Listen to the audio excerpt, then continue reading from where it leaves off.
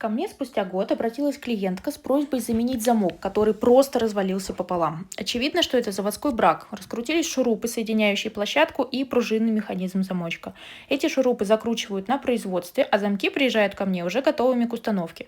Очень было забавно видеть, как установленная мной площадка спокойно стоит, а заводские шурупы неведомым образом покинули свое рабочее место.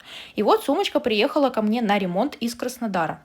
Для начала я отпорола часть подкладки, чтобы иметь доступ к изнанке, затем демонтировала то, что осталось от старого замка, и поставила новый, с теперь уже предварительно проклеенными шурупами. Далее подкладка устанавливается на место, а сумочка едет обратно служить своей хозяйке.